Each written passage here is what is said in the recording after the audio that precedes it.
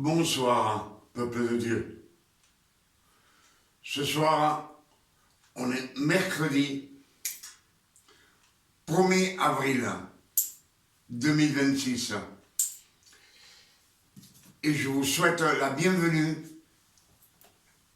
dans l'église des révélations. Une fois de plus, vous êtes devant moi et je suis heureux. Je suis heureux car je vois que vous venez prendre connaissance du véritable évangile. Le véritable évangile, ce sont les révélations que le Père éternel nous donne chaque jour dans cette année 2026. C'est pour cela que je vous demande d'être attentif à ce qu'on va écouter ce soir. On va lire quelques versets de la Bible qui nous révèlent une grande révélation. Alors, soyez attentifs. Pour cela, je vous salue au nom de notre Père éternel et je vous salue au nom de notre Seigneur Emmanuel, le Christ,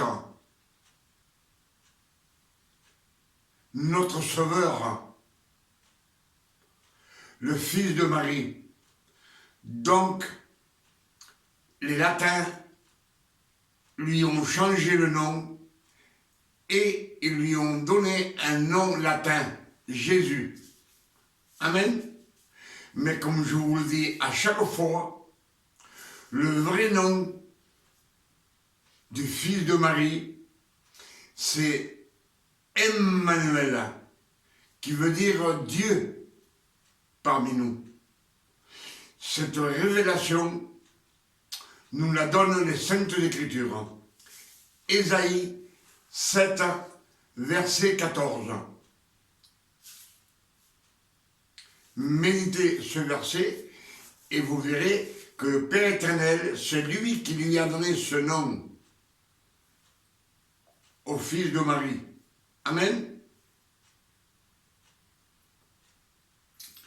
Et ce qu'on va lire ce soir, c'est quelques révélations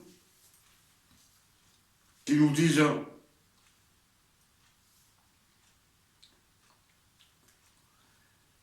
et comme je vous l'ai dit, aujourd'hui on est mercredi 1er avril 2026 et on va méditer le verset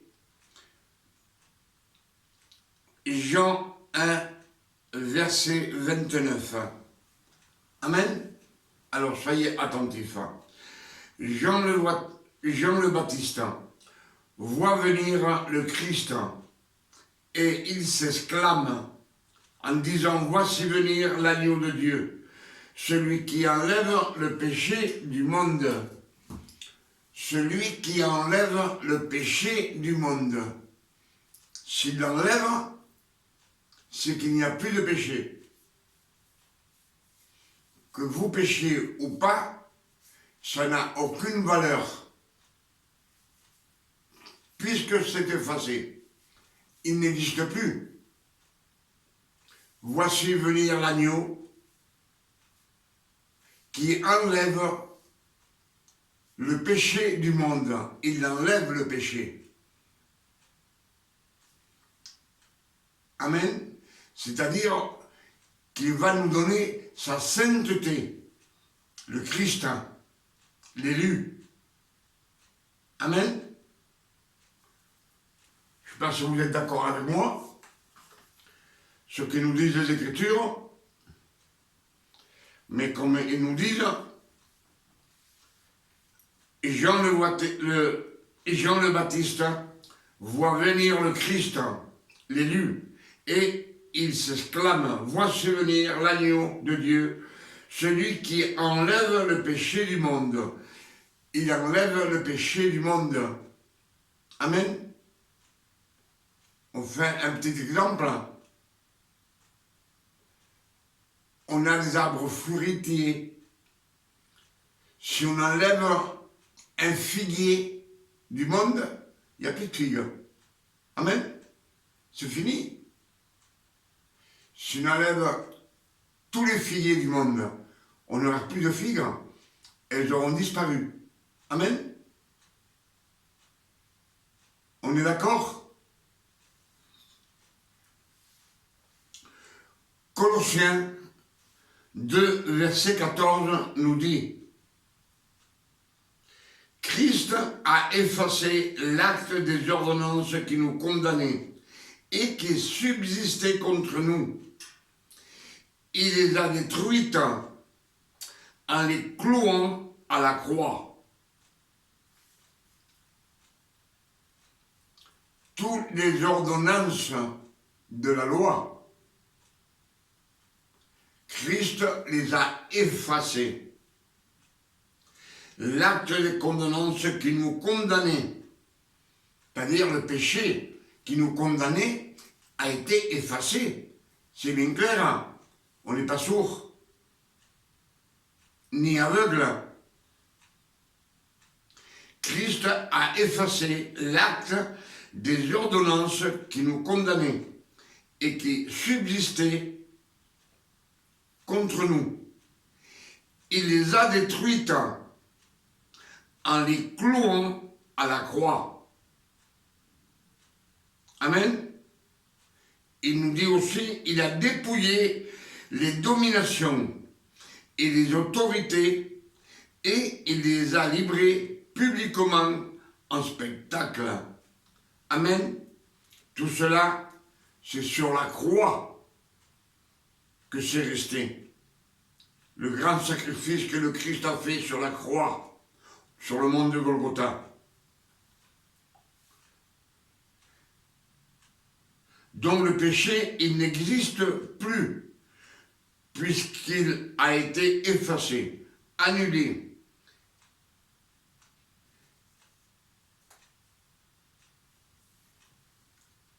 Si on annule quelque chose, on sait que ça n'existe plus, le péché.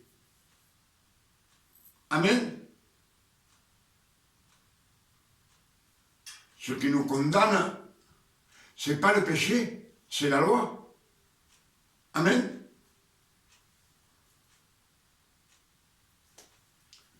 Le Christ nous donne un exemple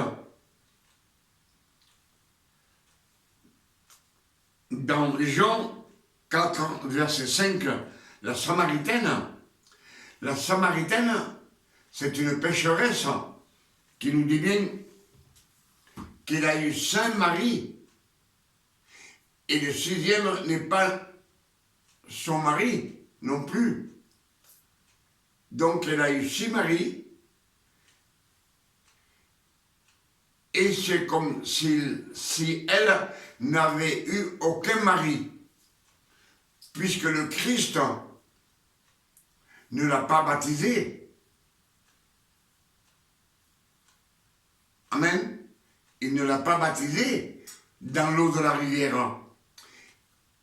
Il la sanctifie avec la parole, avec l'eau de la parole. En quelques paroles, il la sanctifie, il la bénit. Et elle devient un disciple du Christ. Elle reconnaît que c'est le Messie, le libérateur du monde. Les Écritures nous disent qu'elle part en courant dans la ville, annoncer que le Messie est venu, et beaucoup ils viennent. Et après, beaucoup en plus ils viennent.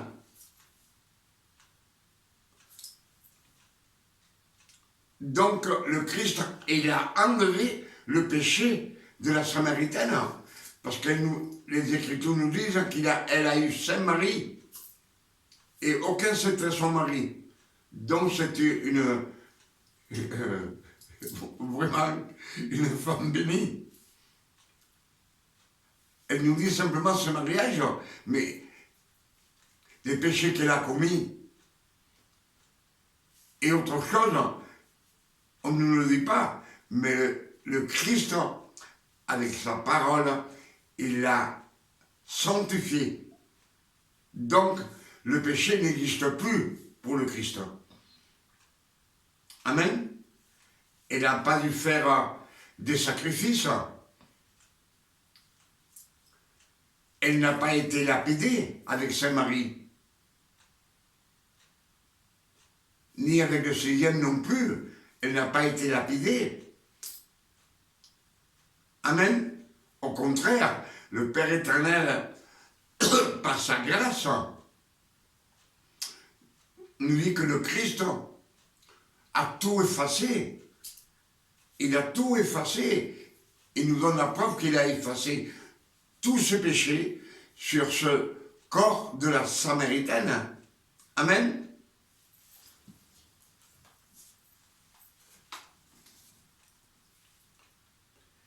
En plus, Jean 4, excusez-moi, Galates 4, verset 4 nous dit, quand les temps furent accomplis,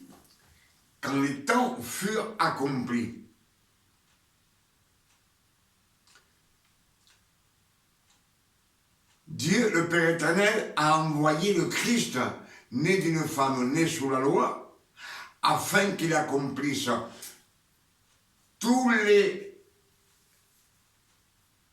la loi de Moïse, les 613 commandements, et qu'il rachète tous ceux qui sont sous la loi. Il les rachète. Ils n'appartiennent plus à la loi.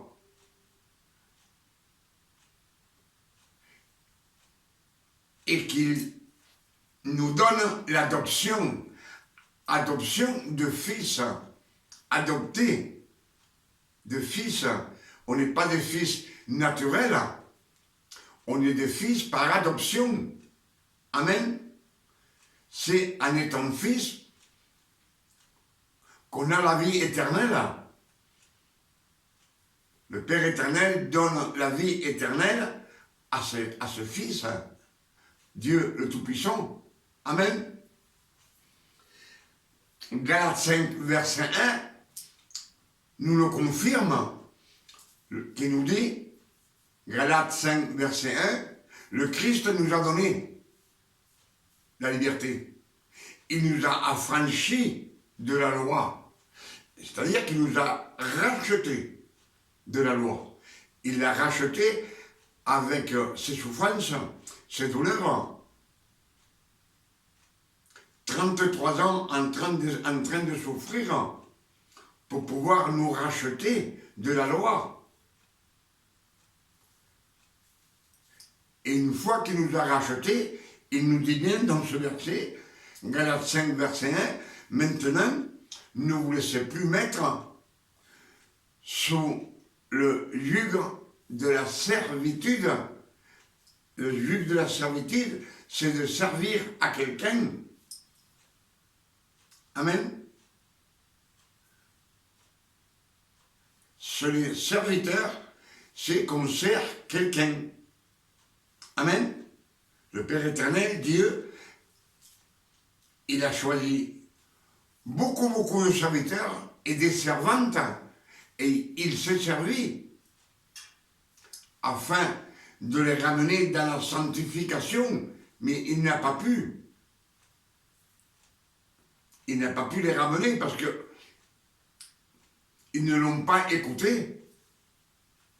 Ils n'ont pas écouté ce que le Père éternel leur demandait de faire. Amen. C'est clair ou pas clair?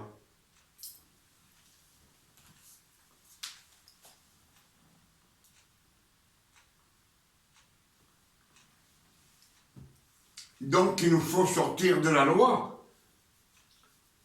Jean 3, verset 23 nous dit, Jean le Baptiste, les disciples de Jean le Baptiste, baptisés, parce qu'il y avait beaucoup d'eau. Les disciples de Jean le Baptiste et les disciples du Christ baptisé. Mais le Christ n'a jamais baptisé personne dans une flaque d'eau. Amen. Parce que le Christ, dans sa grâce, il ne nous demande pas de nous baptiser dans l'eau. Les Écritures nous disent bien, Luc 16, verset 16, que la loi et les prophètes ont subsisté jusqu'à Jean le Baptiste. C'est-à-dire, ils ont vécu jusqu'à Jean le Baptiste. Et si les disciples de Jean et les disciples du Christ baptisés dans le Jourdain, c'est parce que Jean le Baptiste n'était pas encore en prison. Il était avec eux. Mais dès que Jean le Baptiste est mort, il est décédé, c'est fini. Le baptême de l'eau, ça appartient à la loi. Amen. Le Père éternel avait beaucoup de serviteurs. Et Matthieu 20, verset 28 nous dit, « Ainsi est venu le Fils de l'homme, non pour être servi, mais pour vous servir à vous. » Donc, il est venu pour nous servir à nous. Donc, nous avons un serviteur, c'est le Christ. C'est lui qui travaille pour nous. C'est pour cela que quand on demande, le Christ nous dit, demandez à mon nom. Demandez à mon nom. Et nous, quand on demande,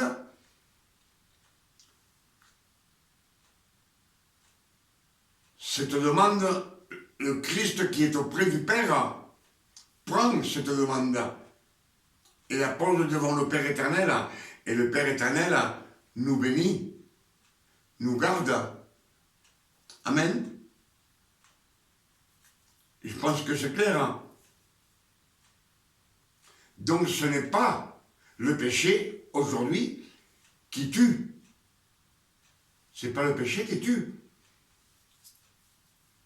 Ce qui tue, c'est la loi. Amen. Il faut sortir de la loi pour avoir la vie éternelle.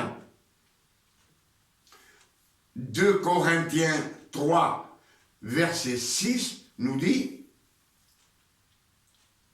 la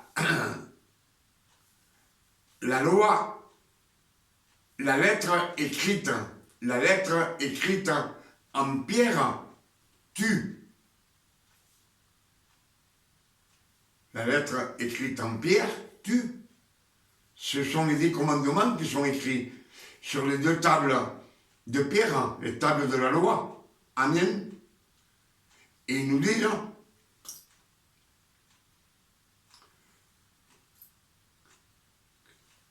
que c'est une... Je ne m'en souviens plus. Les tables de la loi tuent. C'est des tables de pierre, en pierre, et il nous dit le ministère de la loi, écrite en pierre, le ministère de la mort, je me souviens, le ministère de la mort écrite en pierre, c'est la loi. Donc c'est la loi qui tue la personne humaine. C'est elle, en voulant suivre cette loi, en faisant des commandements de la loi, comme font dans beaucoup d'églises de nos jours. Luc 16, verset 16 nous dit que la loi et les prophètes ont subsisté jusqu'à Jean. Celui qui baptisait, c'est Jean le Baptiste dans le Jourdain. Mais quand il est mort, c'est fini. Il ne faut plus baptiser personne. Il ne faut plus demander à genoux pardon. Le péché n'existe plus, puisque le Christ a effacé toutes les ordonnances qui nous condamnaient. Il les a détruites. Il a détruit aussi, il a annulé toutes les autorités. Les autorités, l'autorité, c'est quelque chose qui nous oblige à faire. Et le Christ nous dit, je suis venu vous servir. Maintenant, on a un serviteur, c'est le Christ, c'est lui. qui intercède auprès du Père. Anciennement, Dieu intercédait auprès des hommes. Il leur disait aux prophètes, allez et dites ceci au peuple. Et les prophètes leur disaient ce que Dieu avait dit. Mais maintenant, c'est différent. Nous avons un serviteur.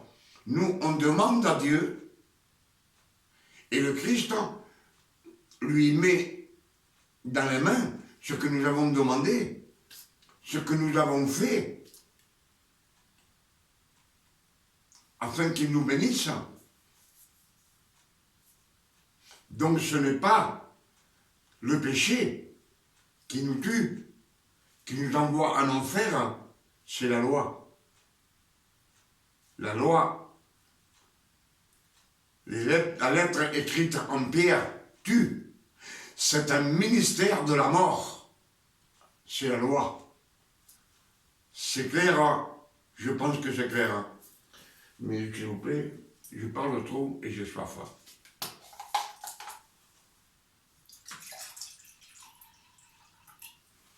C'est une grande révélation que le Père éternel nous a donnée ce soir, que ce n'est pas le péché qui nous tue, c'est la loi. Amen. C'est la loi. Dans le livre d'Abraham, le Père Abraham, lui, il a péché, il a menti, il a fait des erreurs, et lui, le Père éternel n'a jamais tenu compte de ce qu'il faisait. Au contraire, il a été béni, le plus béni de tous les hommes que le Père éternel a choisi.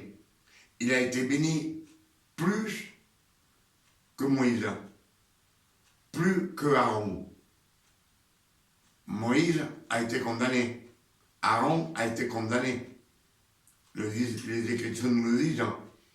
À cause des péchés, il dit, tu ne rentreras pas au pays promis. David veut faire un temple pour le Père éternel, et l'Éternel lui dit, non, car tes mains sont pleines de sang. Amen. Donc, on voit que Abraham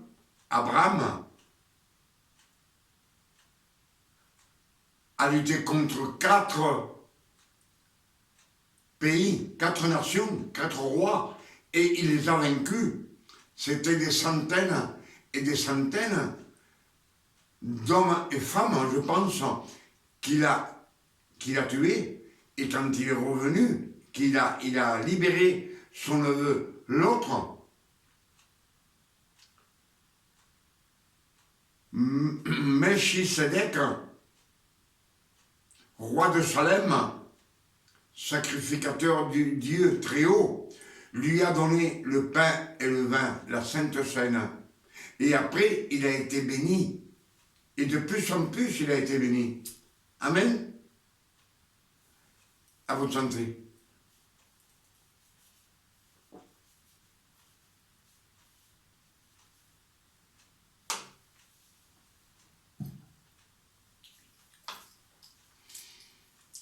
Alors, avec cette révélation que le Père éternel nous a donnée ce soir, ce 1er avril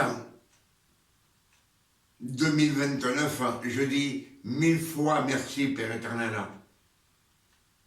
Je suis reconnaissant à tout ce que le Père nous donne chaque jour. Je suis reconnaissant et je veux le partager avec vous. Alors, mémorisez ces versets pour pouvoir le prêcher au monde entier, car le monde entier a besoin de savoir la vérité et de ne pas écouter des fausses doctrines d'hommes qui nous mènent à la perdition. Amen. Le Père éternel vient de nous dire ce soir que le péché, c'est pas lui. c'est pas le péché qui nous tue. C'est pas le péché qui nous amène à la mort. C'est la loi. C'est de suivre la loi. C'est pour cela qu'il a donné son Fils sur la croix, pour nous racheter de la loi, afin de nous adopter comme fils et avoir la vie éternelle. Amen. Vous savez, il n'y a que les fils de Dieu qui auront la vie éternelle. Les fils de Dieu, pas le reste. Amen. 1 Thessaloniciens 4, verset 16, nous le dit, franchement, il nous dit que Dieu, le Seigneur lui-même, nous enverra un signe. Et à la voix d'un archange et au son de la trompette de Dieu, il descendra du ciel. Dieu descendra du ciel. Et tous les morts en Christ ressusciteront. Amen. Et nous, ses fils, nous qui avons été adoptés comme fils, nous ne sommes pas des fils naturels, nous appartenons à la création, mais on a été adoptés comme fils. Il nous dit que dans un clin d'œil, on aura un corps incorruptible et nous partirons ensemble avec les morts en Christ ressuscités. Ensemble, nous partirons dans les cieux célestes avec le Père éternel et on vivra avec lui pour toute l'éternité. Amen. C'est bien clair. Le reste, c'est pour le grand jugement. Le grand jugement, qui c'est qui va les juger? C'est l'accusateur. Ce ne sera jamais le Père éternel qui va vous accuser. Ce ne sera jamais le Christ, notre Sauveur, qui va vous accuser, puisque c'est notre avocat. C'est lui qui a donné son sang pour nous, et qu'un accusateur, parce qu'on dit le diable, on dit ce qu'on veut, les noms qu'on a donnés au diable, mais c'est Lucifer.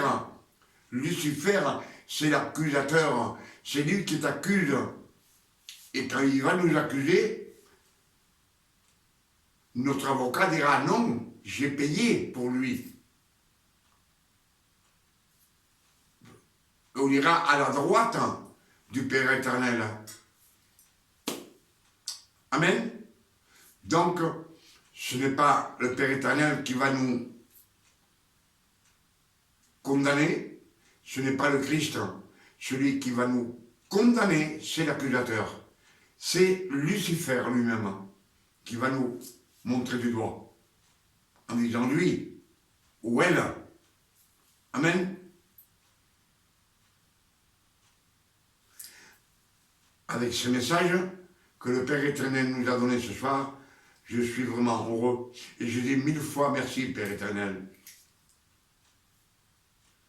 Que le nom du Père éternel soit béni, glorifié et sanctifié sur la terre comme au ciel. Et souvenez-vous ce que je vais vous dire, on est rentré dans le mois d'avril. Le mois d'avril, c'est le mois de la Pâque.